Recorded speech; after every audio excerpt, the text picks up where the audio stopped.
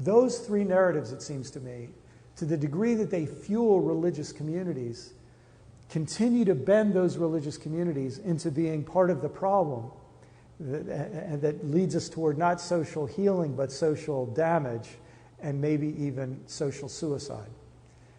I believe these are actually now at the point where they're suicidal narratives, and they help explain why so many people don't want to identify themselves as religious, but are drawn to the word spiritual.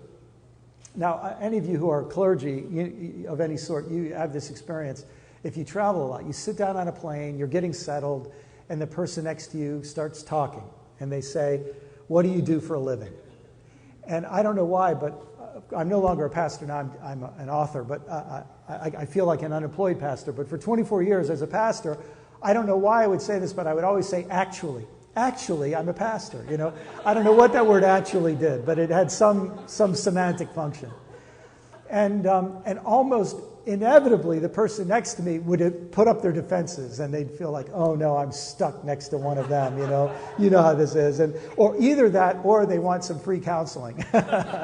But very often, what I'd immediately hear is, well, I'm not religious, but I'm spiritual. And that word spiritual, I would have a lot of fun with people. I still do this sometimes. And I'll say, well, I'd love to know what you mean by that. And very often, as we explore it, they'll say, I really have no idea what I mean. I just say that to keep religious people off my back.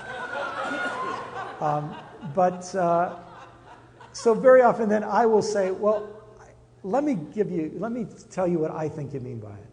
I think, first of all, you mean that you don't think organized religion has all the answers. Yeah, that's right. And then I'd say, but I also think you mean that you don't think politics and science and economics have all the answers either. Otherwise, you wouldn't say I'm a spiritual person, you'd say I'm a secular person. But because you don't have confidence in organized religion alone or in secular institutions alone, there's something you mean by spiritual. You say, yeah. And then I said, and the third thing is, I bet there are some things you do to try to keep some sense of the sacred and spiritual alive in your life. It might be taking a walk in the woods. It might be, doing yoga. But there's something you do to keep that alive. And they usually say, yeah, that's exactly it. I say, well, look, by your definition, I'm not religious. I'm spiritual too, see? Because in fact, those of us who have made a living in religious institutions, we know better than anybody that organized religion doesn't have all the answers. And we know that secular institutions alone don't have the answers, that there really is some spiritual dimension to this. So what if we're at a point in history where religious people and non-religious people alike need some good news from spiritual people? And so I'd like to talk about the ways that I believe spirituality, a healthy, authentic, deep, profound, vital spirituality, provides us alternatives to those three suicidal narratives I mentioned a minute ago. First, let's do them in reverse order. The God versus creation, God versus us narrative. By the way, can I feel like I ought to do this as a Christian, because one of the dimensions of the Christian faith that's been especially destructive in this is the idea that God wants to destroy the world as soon as possible. The left behind mentality that says God's finished with this world. It's like a candy wrapper that God wants to throw away and extract, the $10,000 bar of souls out of it. So souls will be extracted, but creation itself is a failed project that's going to be burned up and destroyed as soon as possible. You've met someone who's been taught this narrative when you see the bumper sticker, in case of rapture, this car will self-destruct, which is a lie, of course. But at any rate, people feel very religious about this. It's this mentality that creation is a failed project and the slate needs to be wiped clean as soon as possible. I mean, talk about a suicidal narrative. There it is. And it's deeply rooted in a lot of American Christianity and certain strains of Islam. And I don't think there are many strains of Judaism that would have anything to do with that kind of narrative. But it's out there. And I think a spiritual alternative is a narrative that's the narrative of God for creation, God with creation, God in creation. This healing narrative, it seems to me, is even more deeply rooted in our religious traditions. It's just that they've been subverted.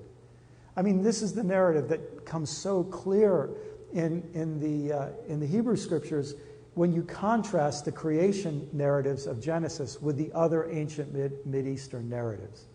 Narratives that generally involve a bunch of gods creating the universe in the middle of bloodshed and violence.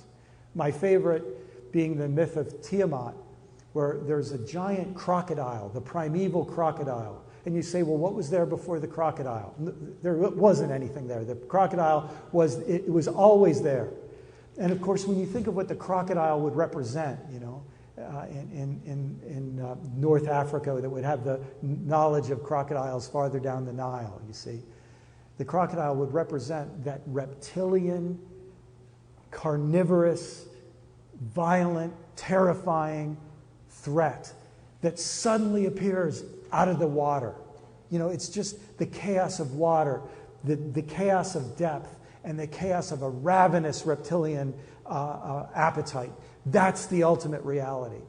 And in that narrative, there's an argument among the gods, and one of the gods takes the upper and lower jaws of the primal crocodile and splits the jaws open, and the upper half becomes the sky, and the lower half becomes the earth. And so we live, in a sense, in the aftermath of the violent creation of the universe, in the midst of warfare and violence at the highest and most ultimate levels of existence.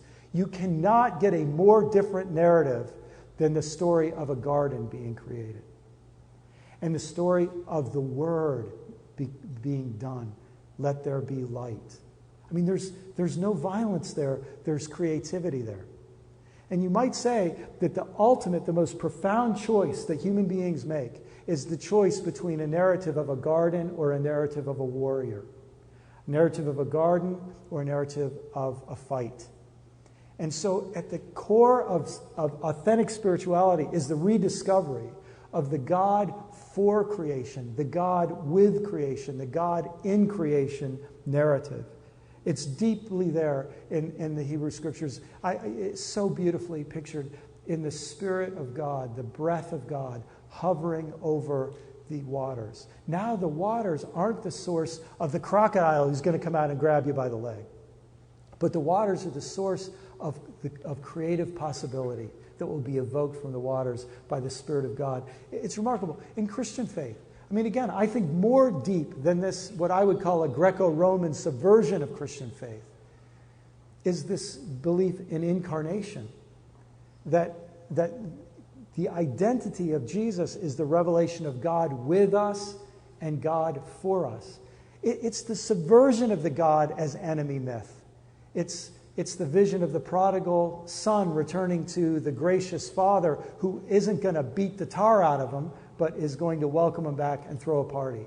It's a subversion of that violent myth, not the reinforcement of it. And I think all who love Islam would know that at its highest, Islam presents itself as a way of life, a way of ordering life, and a way of ordering life toward peace and harmony with our fellow creatures. So all of our religious traditions, it seems to me, have at their deepest root this narrative of God with creation, God for creation, God in creation. And that is something that we who call ourselves spiritual have to celebrate and elevate as an alternative, a saving alternative to the suicidal narrative that's all too common among us. Second, as an antidote or remedy to the us versus nature narrative, we have to rediscover the us in creation, us for creation, us with creation narrative. And of course, that's the narrative in the first chapters of Genesis of human beings caring for the garden, human beings having responsibility for the garden. Can I say even that oft misused and vilified word dominion, properly understood, I think gives the very opposite message than it's been used for. In fact, a Christian theologian, Australian theologian, not that Australian and Christian are contradictory, but Australian Christian theologian has evaluated the Genesis 1 narrative in terms of a Middle Eastern temple consecration narrative.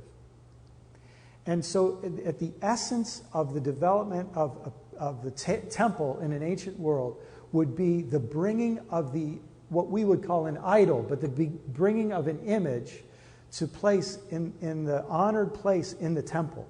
And when you bring in the image of the deity, now the temple is consecrated to the deity. Can you see where this goes? What consecrates the entire planet as a temple? The bringing in of the image of the Creator. So why is idolatry so bad? Because the image of God isn't stone. The image of God are human beings. And our job as the image bearers of God is to reflect the Creator's care for creation. So, a way to say it is, dominion doesn't mean exploitation. A good king shows his goodness by the fertility and balance and harmony and life of a land. If you see a kingdom that is denuded and polluted, that's the sign of a stupid king, not a good king. And so even that word dominion, that I'm very happy for us to leave behind, but I think it's in its original sense, it was giving us the opposite of a humanity versus creation narrative. It was giving us in creation, us with creation, us for creation. And then finally,